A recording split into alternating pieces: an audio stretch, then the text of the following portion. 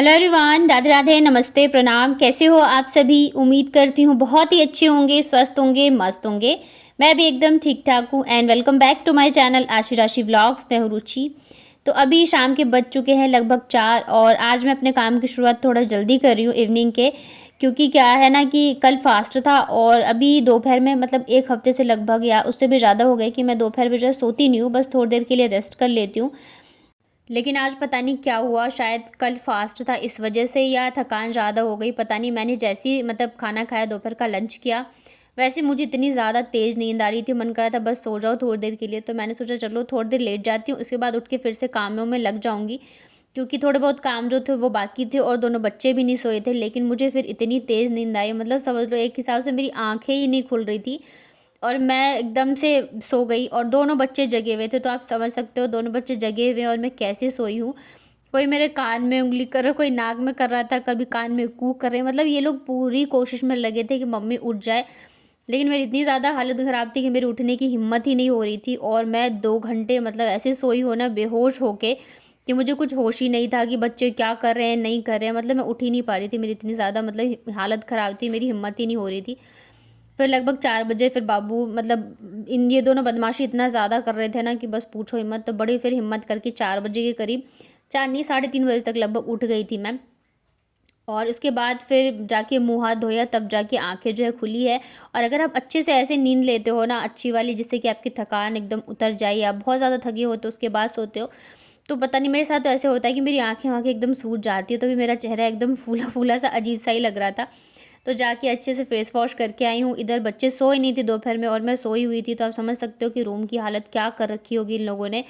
और जैसे मतलब ऐसे तो पता नहीं कभी होता ही नहीं है कि ये लोग ना सोए और मैं सो जाऊँ, लेकिन आज पता नहीं क्या ही था। तो मतलब अकेले पड़ गए थे, तो ये दोनों ने मतलब जम के शैतानी करी है, कहाँ से क्या निकाला, कहाँ क्या फैलाया, उसका कोई ठिकाना ही नहीं है।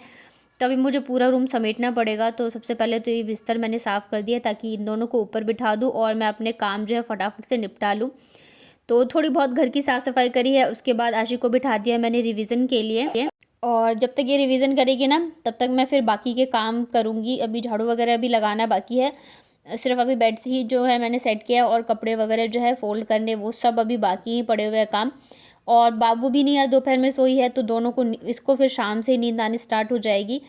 तो मतलब ये रहता है, दोपहर में सो जाते हैं ना बच्चे तो टाइम टेबल सही रहता है, नहीं सोते हैं ना तो फिर इनका पूरा रूटीन जो है ख़राब हो जाता है। तो बाबू की बना दी मैंने चोटी, आशी की भी क्लिप लगा दी है, क्योंकि बाल जो है ना इन लोगों की आँखों पे आ रहे हैं और मैं सोच रही हूँ कि अब नहीं कटवाऊँ, थोड़े दिन के लिए तो नहीं मतलब रहने ही देती हूँ। मुझे ना बड़े अच्छे लगते हैं छोटे बच्चे, जैसे 2 चोटी बना के रखते हैं, लंबे बाल होते हैं तो, लेकिन मेरे बच्चे ऐसे हैं ना चोटी बना के रखते ही नहीं है। बाबू को भी जैसे बना दो ना तो मतलब निकाल के फेंक देती है। और पतिदेव का फ़ोन आया था, सुबह ही फ़ोन आया था। कल इन्हें कहीं जाना है तो इन्होंने कहा था कि मेरा कुर्ता और पजामा निकाल के रख देना। लेकिन मतलब मैं ऐसी सोई ना, मैंने सोचा था दोपहर में निकालूंगी, लेकिन फिर वो मेरी ऐसी आंख लगी ना कि मेरी हिम्मत ही नहीं हुई। तो अभी फिर मैं वही ढूंढ रही थी कि कहाँ रखा है कहाँ नहीं। तो मैंने सोचा चलो अलमारी से शुरुआत करती हूँ, अगर इधर मिल गई तो काम आसान हो जाएगा, नहीं तो फिर मुझे बैग वगैरह में चेक करना पड़ेगा कहाँ है क्या है। क्योंकि दिवाली पे पहनी थी इन्होंने, उसके बाद फिर पहनी नहीं है।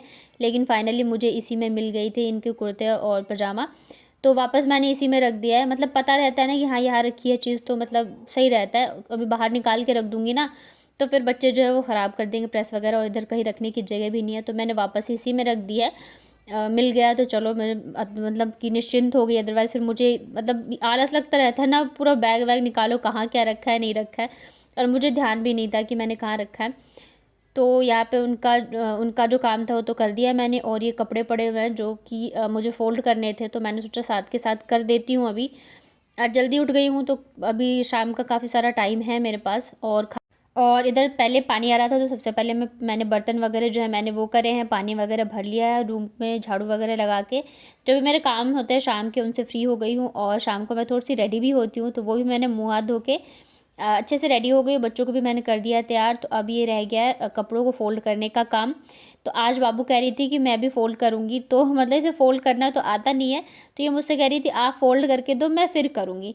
तो मैं मना कर रही थी मत करो, तो फिर इसका रोना शुरू हो जाता था, और अगर मैं कर ले रही थी तब भी रोना, तो फिर मुझे इसी के साथ करना पड़ रहा था।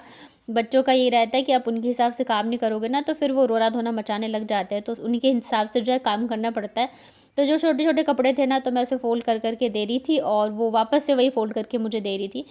तो ये 1-2 कपड़े हैं इनके जिसमें कि प्रेस करवाने हैं, तो मैंने धो के तो रख दिए। अभी देखते हैं कब प्रेस वाले मतलब भैया जो है, ऐसा हो गया ना, कभी रहते कभी नहीं रहते, और घर पे मैं करती हूँ तो मतलब ठीक से होता नहीं है। वो भारी प्रेस रहता है ना, तो उससे अच्छे से हो जाता है। तो इनके जो कपड़े वगैरह वो भी फ़ोल्ड करके रख दिए, बच्चों के स्वेटर पजामे वगैरह। मेन तो बच्चों के इतने सारे कपड़े हो जाते हैं, और जो छोटे-छोटे थे देखिए फिर से वापस से कह रही थी नहीं मुझे फ़ोल्ड करना है। तो इसे फ़ोल्ड करा के वापस मैं करके आई थी, मतलब कि काम जो है डबल-डबल हो रहा था मेरे से। और मैं सोच रही थी कि जल्दी-जल्दी से निपटा लूँ मैं मेरे काम। तो यहाँ पे आशी के स्कूल ड्रेस वगैरह सारे मैंने धो दिए थे। अभी बच्चों की ना 3 दिन की छुट्टियाँ पड़ गई है, मतलब शिवरात्रि से लेके अब मंडे को ही आशी का एग्ज़ाम है, तो तभी खुलेगा। और बाबू की भी छुट्टी पड़ गई थी साथ के साथ ही, तो 3 दिन तो इन लोगों ने खूब मतलब उधम मचाया है। दोनों रहते हैं ना, तो फिर शैतानी जो है जम के करते हैं। तो इधर आशी भी आ गई थी अपना रिवीजन करने के लिए, और तब तक मैं चली जाऊंगी अब किचन में लगने के लिए, क्योंकि मुझे आज समझ नहीं आ रहा था कि क्या ही बनाऊँ डिनर में। कभी कभी ऐसे हो जाता है कि मतलब समझ नहीं आता रहता है कि डिनर में क्या बनाऊँ। और सब्जियां अभी है, 2 दिन तो मैं लेके भी आई थी व्रत में। और यहाँ पे बच्चों के कपड़े जो ये मैंने बैग में रख दिए हैं, एक जगह रहते हैं ना तो ढूंढने में आसानी होती है। बैग खोलो और मिल जाता है। ऐसे अगर अलमारी में भी फोल्ड वगैरह करके भी रखो ना तो मिलते नहीं रहते, क्योंकि छोटे छोटे कपड़े होते हैं ना, इधर उधर चले जाते हैं। तो सारे कपड़े जो है मैंने अलमारी में लगा दी है, और उसके बाद फिर मैं आ गई थी किचन में डिनर की तैयारी करने के लिए। तो मैंने सोचा ना कि ये लौकी लेके आई थी मैं, अब तो लगभग 1 हफ़्ता होने वाला है और उसका मैंने कुछ बनाया नहीं। क्या है ना, बच्चों को लौकी पसंद नहीं आती है। जैसे लौकी के चना दाल लौकी बनाओ या कुछ भी लौकी का बनाओ तो खाते नहीं रहते बच्चे। तो मैंने सोचा ऐसा क्या बनाओ कि बच्चे भी खा लें और मतलब सब खुश हो जाए। हमारी सबसे बड़ी टेंशन ये होती है कि ऐसा क्या बनाए खाने में, लंच में या डिनर में, कि मतलब सब अच्छे से खा लें। तो मैंने सोचा मैं ना लौकी के कोफ्ते बनाती हूँ। इधर काफ़ी दिनों से मैंने बनाया भी नहीं है। तो सबसे पहले तो मैंने पतिदेव से पूछा कि खाएंगे या नहीं, क्योंकि उन्हीं के हिसाब से फिर करना पड़ता है। तो उन्होंने कहा हाँ खा लेंगे। तो आज मैं वही बनाने वाली हूँ। तो इधर मैं अभी क्या है ना, 4-5 दिन रह गए ना, तो लौकी जो थोड़े से सख्त हो लेके आओ ना तो एकदम फ्रेश रहते तो अच्छे रहते हैं, लेकिन फिर भी ठीक है, ख़राब तो नहीं हुए हैं। तो मैं इसे कद्दूकस करके और इसमें नमक डाल के मैंने लगभग 15 से 20 मिनट के लिए छोड़ दिया था। और ये देखिए पानी अच्छे से जो है इसमें से निकल गया है। तब तक तो पतिदेव भी आ गए थे, आज ये जल्दी आ गए थे। इधर मैं बाबू बच्चों के साथ लग गई थी। आज बच्चों ने बहुत ज़्यादा परेशान किया है। तो अभी जब ये आया है ना उसके बाद जाके फिर मैं इधर आई थी किचन में। तो लौकी इतने देर नमक डाल के छोड़ दिया ना तो पानी जो था अच्छे से निकल गया है। अब सारा पानी जो है मैं अच्छे से निचोड़ लेती हूँ इसका। और मैं सोच रही थी पता नहीं बच्चों को पसंद आएगा या नहीं लौकी के कोफ्ते, लेकिन जब मैंने फ्राई किए ना तभी इनको इतना ज़्यादा अच्छा लगा था कि बच्चे और ये दो सब ऐसे ही खा गए थे। इधर आज सुबह सुबह ना मतलब कुछ ना कुछ कहते हैं ना लगा ही रहता है। तो वही है, बाबू जो है इतनी ज़्यादा शैतानी करती है। क्या किया इसने ना, बॉटल पे खड़ी हो रही थी, पता नहीं क्या कर रही थी, और वो गिर गई मुंह के बल और उसके नाक से बहुत ज़्यादा ब्लड वगैरह आने लग गया था। ये घर पे ही थे तो मतलब थोड़ी सी तो टेंशन हो ही जाती है। उसके बाद से ना उसको थोड़ा सा फीवर सा भी आ रहा है। अब पता नहीं चोट की वजह से ये क्या है, वैसे तो वो पानी वगैरह भी छूती रहती है तो उसको जुकाम हो जाता है। तो इस वजह से आज थोड़ी सी मैं उसको लेके परेशान थी। और इधर इनको भी पैर में जो है कील लग गई थी, तो फिर इन्होंने टिटनेस का इंजेक्शन वगैरह लगवाया है। तो मतलब आज सुबह से कुछ ना कुछ जो है वो लगा ही है। तो इधर देखिए लौकी में मैंने ना कुछ मसाले डाले, धनिया हल्दी और गरम मसाला, उसके बाद एक कटी हुई मिर्च डाली है मैंने और बेसन डाला है। बेसन बहुत ही थोड़ा सा डाला है, बस इतना ही डाला है ताकि ये जो है ना अच्छे से बंध जाए। नहीं तो फिर क्या होता है ना, ज़्यादा बेसन डाल दो तो फिर लौकी का टेस्ट नहीं आता रहता, फिर वो बेसन बेसन अच्छा नहीं लगता। तो बहुत ही थोड़ा सा इसमें जो है बेसन डालेंगे। और पानी अच्छे से निचुड़ जाता है ना तो बेसन ज़्यादा नहीं लगता है। अगर पानी अच्छे से आप नहीं निचोड़ोगे तो फिर बेसन जो है बहुत ज़्यादा लग जाता है और लौकी के कोफ्ते जो टेस्टी नहीं बनते हैं। तो बस फटाफट से इसके बॉल्स मैं बना लेती हूँ। और इधर मैंने चावल भी चढ़ा दिए थे और थोड़ा सा रोटी भी बनाऊंगी, क्योंकि बच्चों को जुकाम है, फीवर है, तो फिर मैं सोच रही हूँ रोटी दे दूँ, तो रोटी चावल दोनों ही बनेंगे। तो इधर तेल में मैंने डाल दिया है कोफ्ते को और बस इसे एकदम धीरे धीरे से पलट पलट के मीडियम आंच पे मैं अच्छे से फ्राई कर लेती हूँ। और तब तक मैं कर रही थी ग्रेवी की तैयारी। तो यहाँ पे मैंने फटाफट से प्याज काटे और ये आए तो मतलब वैसे तो इन्होंने इंजेक्शन लगवा लिया टिटनेस का, लेकिन इनको ये पेन हो रहा था, मतलब वो कील मतलब बीच पैर में होता है ना, उस पर पैर ही पड़ गया था। तो फिर मैं इनके लिए लेके आई मेडिसिन, साथ में टमाटर भी ख़त्म हो गया था तो वो भी लेके आई थी। तो ये रहता है कि कभी कभी बाहर और घर दोनों के काम हो जाते हैं और एक साथ हो जाते हैं, संभालना मुश्किल हो जाता है। तो फिर देखिए उसी तेल में मैंने ना जीरा डाला है और अदरक लहसुन हरी मिर्च कुटी हुई डाली। उसके बाद यहाँ पे 2 से 3 मीडियम साइज़ का प्याज जो है मैंने इसे बारीक काट के डाल दिया है। प्याज को अच्छे से गुलाबी होने तक हम भून लेते हैं। उसके बाद हम इसमें डालेंगे मसाले। तो मसालों को मैंने पहले से घोल के रखा हुआ है। तो यहाँ पे मैंने लिया धनिया पाउडर, हल्दी पाउडर और गरम मसाला, थोड़ा सा मैंने चिकन मसाला लिया है। चिकन मसाला से ना टेस्ट बहुत ही अच्छा आ जाता है। तो इस मसाले को मैंने पानी से अच्छे से घोल लिया था। उसके बाद प्याज के साथ अच्छे से मसालों को फ्राई कर लेंगे। उसके बाद यहाँ पे मैंने डाला है 2 टमाटर।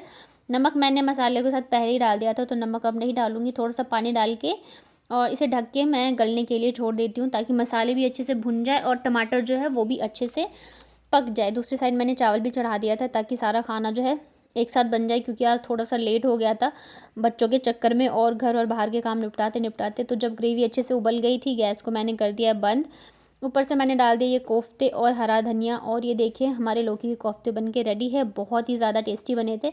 बच्चों ने तो ऐसे भी खा लिए थे और ग्रेवी के साथ भी सबको बहुत पसंद आया है।